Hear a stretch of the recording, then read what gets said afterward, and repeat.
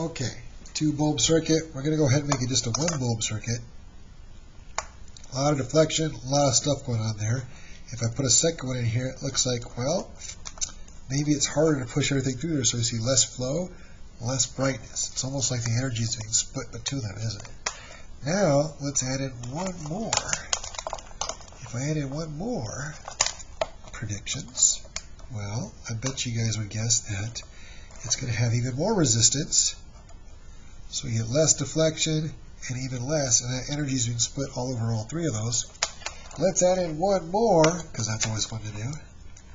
So I disconnect here, I tack on one more guy down here. We'll just slide these up so you can see them well. Connect here, connect this guy, and wow, they're barely even lining up. It's having such a hard time pushing them all through there. It can barely get anything through. They're barely lining up. What happens if we put one of these long ones in here instead now? Let's get rid of a round one and we put a long one in.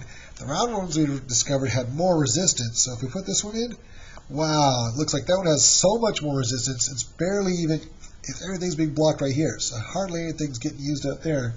All the energy is being used up, shoving it through that little point right there. This is probably how you guys feel when you're driving through traffic. And you know how traffic all comes down to that one lane. There's that one little spot.